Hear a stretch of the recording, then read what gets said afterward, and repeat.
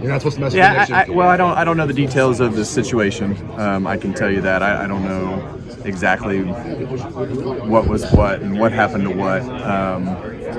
But you know, I think that there's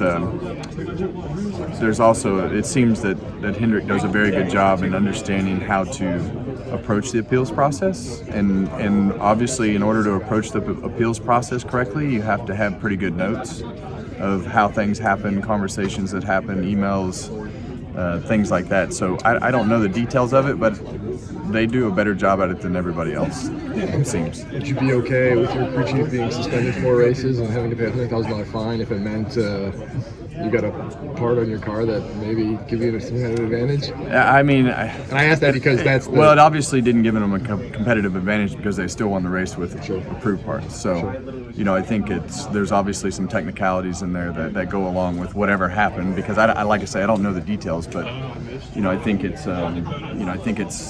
there's obviously things that were in there that people thought were not detrimental to the performance of the race and everything that happened. So I think it's a case by case situation, and it's really hard not knowing exactly what was said.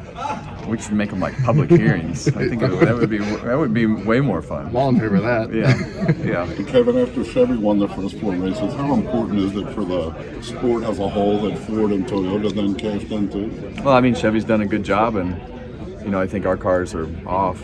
You know, from a manufacturer, just from a Ford side of things, as far as what we want in the cars and you know the way that they drive and the balance of the cars. So we've obviously had to work on that and kind of do some different things that we didn't expect. So, but yeah, I mean, Chevrolet's they've had their stuff together, and our cars started, Ford in general, not saying our 4 cars has run fine, but it hasn't been a winning car at every race, but we've managed to put ourselves in position at 2 or 3 of them to be a winning car. But the balance has been obviously an issue to wrap our arms around because of the fact that it wasn't where we thought it was going to be to start with the new aero changes, and they've just been faster, the Chevys. From a fan perspective, is it good though that it doesn't look like a Chevrolet series all the time? I don't know. I like fast cars, so when you have your stuff together, I think you should be rewarded for doing a good job. You adapted well to the new package at Phoenix, and you were strong here in both races last year. What changes are you expecting in this race? I'm not sure. I haven't run yet, but you know, I think as you look at Phoenix, hopefully the racetrack gets wider and the fall off is more than what we had here before. So I don't know that we really had more fall off at Phoenix, but you know, I think that could be different here. So it's just, we'll have to just run a race and see where it all is. But I expect it to be a very similar race, you know, to the Richmond style race that we had here last time, which was a good race. How are you liking the Kevin Harvick retirement tour? Are you on countdown yet? It's been busy. I'm not gonna lie to you. It's been extremely busy, but also rewarding and fun, and fun to see all the different people and things and racetracks, and obviously North Wilkesboro and the 29 is a lot of fun, and to see the reception that the fans gave it and the industry in general. You know, for me, that's a big moment.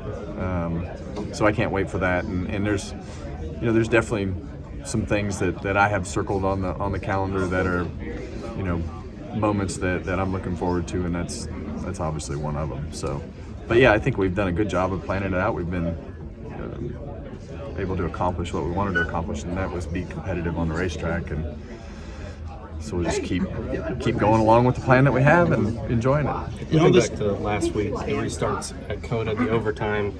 Do you think we need unlimited overtime there? And is that the problem, or do we need to adjust single file restarts?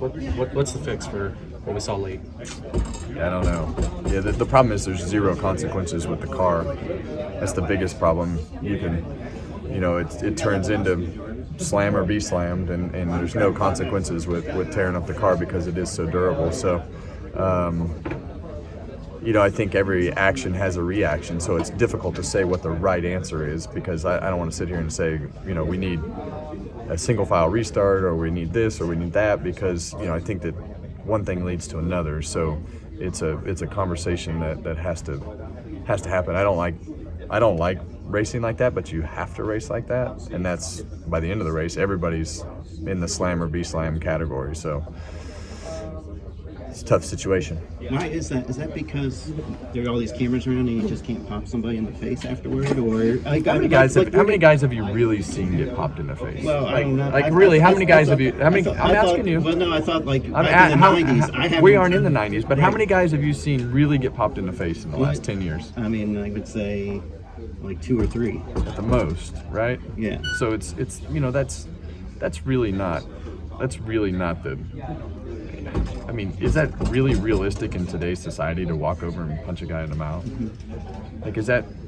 Right, but is that the reason why? Is that real? Well, I guess what. No, the reason why is because the car, you could run into a steel wall and it keep going, or a concrete wall and it keep going. And so as drivers, you learn. Everybody learns what you can and can't do, and you just become more and more aggressive. And because the consequences are not, there are no consequences with the car to tear the car up. Kevin, I wanted to ask about Briscoe. He had said it coming into this year with you, of course, retiring, and then Eric's probably going to be sometime after.